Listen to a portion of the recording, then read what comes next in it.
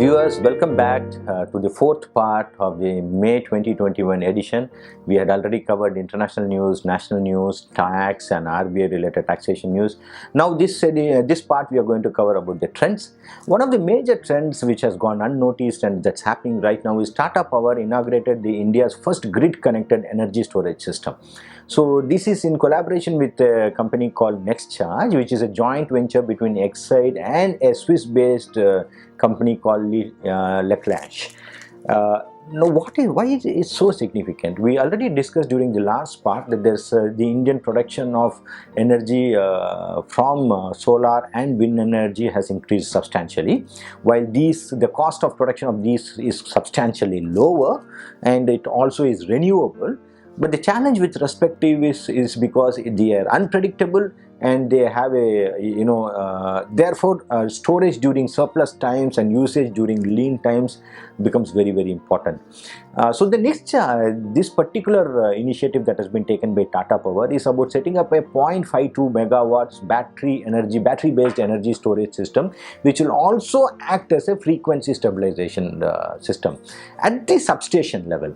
So predominantly most of the grid stabilization work so far at the distribution side was always based on transformers, but we know that transformers have a slight lag in ensuring that the grid stabilization takes place. Now, having a grid storage is actually like having a centralized UPS. So what this is going to do is, this is also going to allow you to store electricity when it is being produced in excess. The transformers never had the ability to store electricity. It was only in a position to either step up or step down or help in grid stabilization. But this coming along with grid storage is going to be a huge boon because it's going to be at substation level.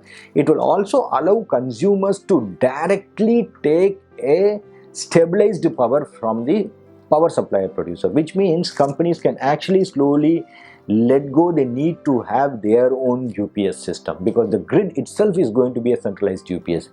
So this technology, once if it is adopted on a pan-Indian basis, can actually increase the penetration of rooftop solar systems and maybe even micro wind energy grid systems.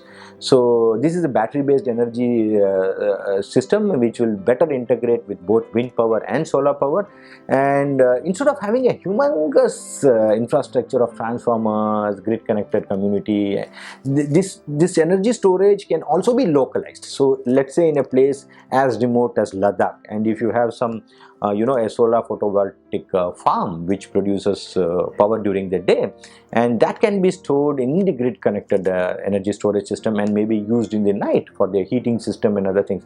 And therefore in the end the consumers are going to benefit a better level of stability, reliability, quality, control more than the availability of power, because as we move up the value chain, it's not the amount of electricity that is available that's very important, it's the quality of electricity that is available becomes very, very important. The next trend that has happened is Reliance Industry has got into an alliance with Global Energy to form a new energy coalition called India H2 Alliance. Basically it is a hydrogen power, it's an alliance to bring in hydrogen fuel to India. So it will help in commercializing hydrogen technologies in India. It will work to build better hydrogen economy and supply chain, and also develop a blue and green hydrogen production and storage capability within India. So the idea is over a period of time to build clusters for both industrial use and transport use of hydrogen powered fuel cells. So we keep discussing in our NU series consistently that there are two emerging technologies that are going to replace the oil-based combustion system. So one of the things is going to be the battery store based electric vehicles. The other is going to be hydrogen powered fuel cells. Now hydrogen powered fuel cells will always be embraced by those companies and those countries which have already created a substantial infrastructure for oil. because the storage, dispensation methodology and transportation methodology is all going to be very similar as it was for crude and oil related fossil fuel based infrastructure. And Reliance also is a substantial player in the energy ecosystem with respect to their huge refining capacity and their own retail shops in collaboration with BP, and therefore it is a very logical extension for them to also go into hydrogen fuel cell based technology for their transportation or for the public. So this is one alliance, which means we are already seeing a lot of initiative being taken care by Saudi Arabia, United Arab Emirates, and India is not going to be left far behind in this. So whichever technology wins, whether it's the EV based system or hydrogen fuel cell technology, India will not be left around. The next is a very interesting trend that has been deployed by a company called Hindustan Unilever. So what happens is Hindustan Unilever had traditionally been operating on a platform of having super stockists, distributors, and the retail sales. Now this year, just as the lockdown started, Hindustan Unilever started adopting a very interesting technology which was earlier used by Amway, which is called as a multi-level marketing. But they had tweaked it a little bit, and they started listing a lot of rural women for doing door-to-door marketing. So reasonably self-educated women who need an independent source of income and who would like the liberty or freedom to work on short periods of time during daylight, so that they can come back to take care of their kids. So providing them with the flexibility of time, income generation, and maybe they can work longer when their spouses are at home on a Saturday and Sunday. So they listed a lot of rural women to do this door-to-door marketing, and they started focusing on women who are part of the self-help group. And the whole idea was to penetrate Hindustan Unilever's product based on relationship-based selling. So and to their surprise, many of them were very successful.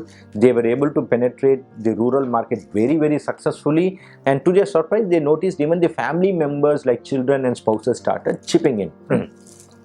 So one of the big criteria that they had set out in hiring the people was they decided that the attitude is key. So in an Indian ecosystem, there are still pockets of society where women going to a city to work is seen as a taboo, or women themselves out of choice integrate or completely merge themselves with the family, the family which they have stepped into.